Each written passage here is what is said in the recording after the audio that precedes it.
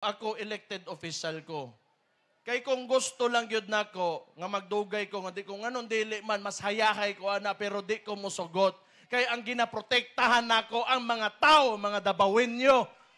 Di ko musugot kana mga pamaagi sa mga kinaraang politiko aning kalibutan anay magpadayon gyapon kay mao nay dugay na kayong gapugong sa pag-asenso sa atong nasod. O katong 2016 napakita na Mayor Roday Duterte nga ang Pilipinas kaya musaka mo bangon gyud. Unya karon ilang ibalik na pod sa ingon nana. Unya unsay ginabuhat? Puro pandaot nga putang ina. Anak ng tao nga nisaka ang la sa utok. Mao gyud na tuo sa nakatungtong sa presidente nahimo sa siya ra to tanan. Tan-awa karon ang survey niya 25 na lang sila yung nagpagawas ana. Across sa ubang survey, less than 20% diri sa Davao. 1% na lang ka, Marcos!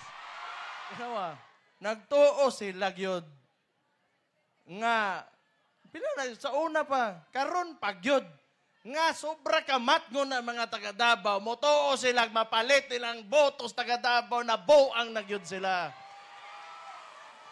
Salamat kayo sa ayuda, bisag wa ko'y apil sa listahan, dungagi pa ninyo, kay kwao na mo na tanan!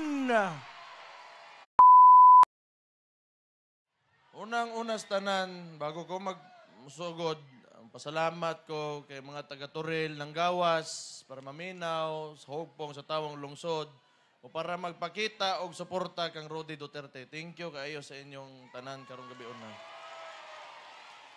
May gabi is mga kapitan, mga kagawad, gusto na nga ni Adre. Kibaw naman mo, kung unsa gyud nahitabo, kita man sa tanan, sa atubangan, sa usa ka nasod, gipakita lang gyud sa administrasyon ni Bongbong Marcos karon kung unsa sila kasalbahis gyud. Napapreso sila og tao nga nahimong presidente adtong 2016 akong amahan kini. Walay laing gibuhat kundi gipakita lang niya nga nagmahal gyud sa siyang nasod ug ang mga tao ni ini nga nasod nga ang Pilipinas nga ginatawag nato. Unya karon gipapreso lamang nila nga murag kisang kriminal nga walay nahimong kaayuhan, nahatag nga kaayuhan ani nga nasod. Karong eleksyon, kung di mo mosugot o wa gyud mo mosugot, di ninyo madawat na gamita gyud ninyo inyong boto, mga Rumayo 12 ipakita ninyo nga wa mo ni sagot og masuko gyud mo ani panghitabuas sa toa.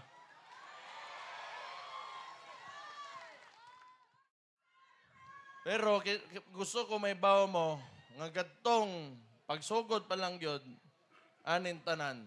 Di pa wala pa ni mga last year pa. Di ako nilingkod na kung pagka-mayor. Nakasimhot na mo gyud pogyug ko. Wa gyud batasan ni Bongbong Marcos. Tinuod lang.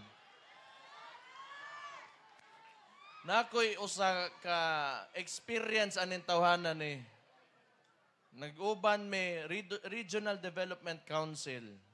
Na may lingkod mi diha pagkahuman sa presentasyon, storya mi ana-ana kay bawo mo unsa ka wa gibuot ning tawhanan ni. Mingani mo ni sulti ang Regional Development Council chairman ato at that time, Purya Hisgot kay wa naman si Mamalanyaon nga mao ni mga problema dire sa Davao City o sa Region 11. Unsay giingon niya, naman mo diha, kamo na lay bahala unsaon na ninyo. Ingon ana ning tawhanan ni mo to last year pa lang nagsugod na kung aligot-got ani niya. Kini adto pugos Malacañang kay para sa National Peace and Order Council nagtapok mi didto tanan kadtong pagsulti pa lang niya daan nga naatay problema sa droga. Niya na sa kay numdom gyud ko ani. Wa pa nimo gawas ni mga kani si Tambaloslos nga storya. Niya na siya nga natay problema sa droga pero dagag apan ang iyang istorya. Anak ko patay na gyud. Tan-awa unsay nahitabo karon. Do na kay Chief PNP nga moingon nga ang sabo ang droga pampadugay ras trabaho. Tan-aw nimo kana nga administrasyon na nas tamang pangutok. Wa po gyud ko matingala. Kay ngano man ang storya kani adto Kana mga mustorya ang mga katiguangan nako. Moingon sila panahon ni Marcos, lisod gyud. Daghag mga human rights abuses. Mga karapatang pangtao nga di nila respetoon o ang gobyerno abusado gyud. Mao to last year pa lang nagrally na ta. Kay nakabantay nako pinaagi at tong papel nga gipadaga nila, tagaan nila kwarta ang tao, human papirmahon nila, o niya gitawag nila nga People's Initiative, nga wala man po nag-ingon, nga gusto, bisag gikan sa mga tao, sa mga barangay, nga gusto usbon ang konstitusyon. Kini gikan sa Congress, ang nagpadagan anay si Tambaloslos, kana si Martin Romualdez, baboy na buaya pagyud hybrid ang putang ina. Kaya kani sila, gusto nila pulihan ang konstitusyon. Gusto nila usbon, amendahan. O unsa ba na, pinaagi sa People's Initiative, wala gani sila moingon nga maotong papila to, nga papirmahan nila sa mga tao. Kay gusto nila, padugayon ang termino, kay kani si Bongbong Marcos, doon nagyoy ambisyon nga mosundog sa iyang amahan kaniadto nga nagtungtong sa gobyerno og 27 ka tuig nga di gusto magpapili og di gusto moagig eleksyon. Mao na nang di ko mosugot ana kay ang eleksyon og boto sa tao sagrado kana. Dili pwede nga imo nang pugnan ang tao mo pili kung kinsa ilang gusto nga mabutang nga mahimong mulingkod diha sa gobyerno. Feeling bright po buang nagtuo sa makasustinar sa ingon ana. Ang tao karon namat ngo na. Sultihan ta mo unsa ingon ni Rudy Duterte. Unsa ang eleksyon? Ang eleksyon is cleansing. Kana pagpanghinlo na sa mga nagalingkod sa mga posisyon aron mas makahimo patag mas nindot pagyud na lugar kay sa kung unsa may naata karon. So tanan ako sila ang hugpong sa taong lusod labi na sila mga nakalingkod karon. Muagi ta nag-eleksyon kay para dili maaboso ang mga posisyon sa gobyerno. Ang tao mo pili dapat sa ilang gusto ibutang o di nakaangay ibutang diha tangtangon kas mga tao pulihan kag kanang tao nga mo serbisyo gyud sa mga katawhan. Ngano man, tanawon ninyo ako elected official ko. Kay kung gusto lang gyud nako nga magdugay ko nga di ko nganon dili man mas hayahay ko ana pero di ko mosugot. Kay ang ginaprotektahan nako ang mga tao, mga Dabawenyo. Di ko mosugot kana mga pamaagi sa mga kinaraang politiko aning kalibutan anay magpadayon gyapon kay mao nay dugay na kayong gapugong sa pag-asenso sa atong nasod. Unya kaning mga Marcos na nibaliko na po nila mga inganang mga butanga. Nagdugay na kay tanggakayod kapaning kamot o katong 2016 napakita na Mayor Rudy Duterte nga ang Pilipinas kaya musaka mo bangon gyud. Unya karon ilang ibalik na pod sa ingon nana. Unya unsay ginabuhat? Puro pandaot nga putang ina.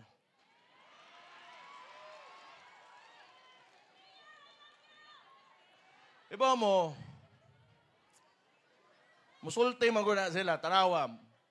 Pagkahuman anang kani si Tambaloslos, ilang senaryo na akong igsuon nga gipili ninyo gihimo ninyong vice presidente. Nga mayura nato kani adto. Unsa ilang ginaingon? Confidential funds, 125 million na so and so and so. Ang nahitabo ana ang mugikan asa gikan ang confidential funds gikan sa opisina sa presidente kay siya ga-approve ana gihatag didto. Karon pilay confidential funds sa presidente nato kana si Bongbong Marcos 4 billion and I think on the second year 9 billion.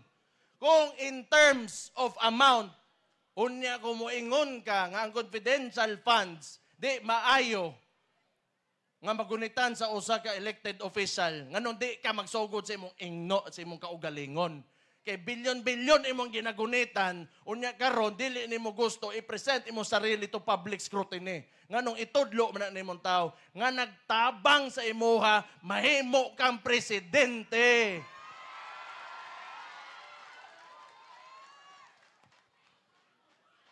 anak ng tao nga nisaka ang la sa utok.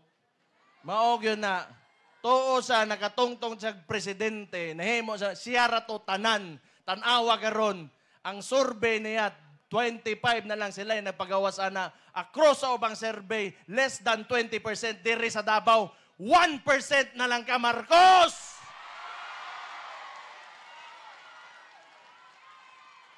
Aha, man to 1%, kibigyan na ka! Ano na pa may 1%? Boysit!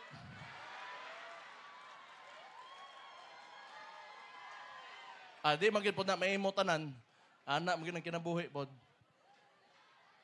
Tanawar yun yung unsa kagago yun yung tawhana. Awag, grabe yun. Huna-huna niya ba? Nga, ingana lang ka sa yun ba? Kita mga taga Davao, gwapo mga dato mga komunidad. Natay mga, respeto sa isig kataw. Klaro ta kastorya, natay palabra de honor. Maunang ato ang vice presidente nga mayora nato kaniadto o nagsabot tang kauban ta i-honor na pero unsa ka bastos gyud ning Marcosan gibuhat na niyang klaro paging talawan nangagito nimo subagay di mo sukol ba gusto sila mabutang sila gobyerno ingunan magdugay sila pati na ilang mga gipangkuha diri nga bisag walay dungog mas motoo sila kwarta. Nga mo'y makapadugay nila, mo'y makabutang diya sila sa politika. Pero dili ka na gyud. Karon ang mga Pilipino, labi na dabawin nyo. Mabutang ra ka sa usa ka posisyon diri sa politika tungod sa suporta lang gyud sa tao. Walay lain ana. Kadugay na nato ning mga sitwasyon ba? Ug makahinomdom mo, ako ang amakan. Ning dagan, kontra si Bendy Guzman sa una. Sila lay admin, pila lang kakapitan mo ikauban.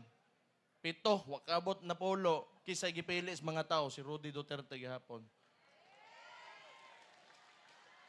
Kadtong nidagan, the late Prospero Boy Nograles, purya hisgot lang pod kay wa nang tao. I do not mean to disrespect anybody. Just for context, nidagan siya nga Speaker of the House siya ang gagunit sa power of the purse, which is the legislative branch of the government. Diri adtong panahon na kontra ko igsoon, kinsay gipili ninyo. Akong igsoon inyong gipadaog lang gihapon.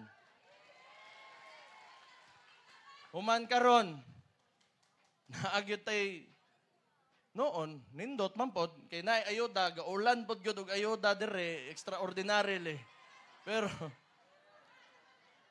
kanawa, nagtuo sila gyud nga, sa una pa, karon pagyod, nga sobra kamat ngo na mga taga Davao, motuo sila, mapalit nilang botos taga Davao na buang nagyud sila.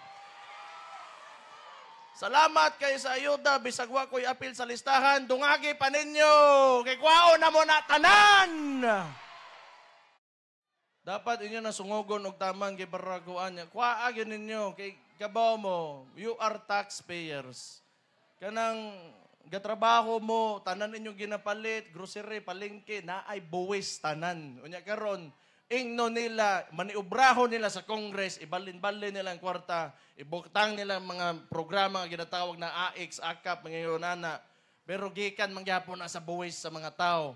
Paggamot na imong programa, muabot na ng politiko, tungtungan din niya, muingon sa makuha ra ninyo na pagmuagi mo skoa o ihatag ninyo suporta, buang ka! Baga kag naong. Noon lagi, kanang ingana ng mga politiko, mas nituo sila sa kwarta sa presidente kaysa nituo sila sa mga dabawin nyo. Mao nang pinakadakong sayop nimo o nang ambisyon ka nga musod kag politika diri sa Davao. Kay ang tao diri ang magbuot, dili ang mga posisyon. Ang kagustuhan sa tao mo'y masunod. Pag-abot sa Mayo 12, ang kamot o pagpili sa mga tao may mulabaw ani dili ang kwarta sa usa ka administrasyon. Tagam! Tagam! More pa, more. Kwarta ba? Sige! Hurot!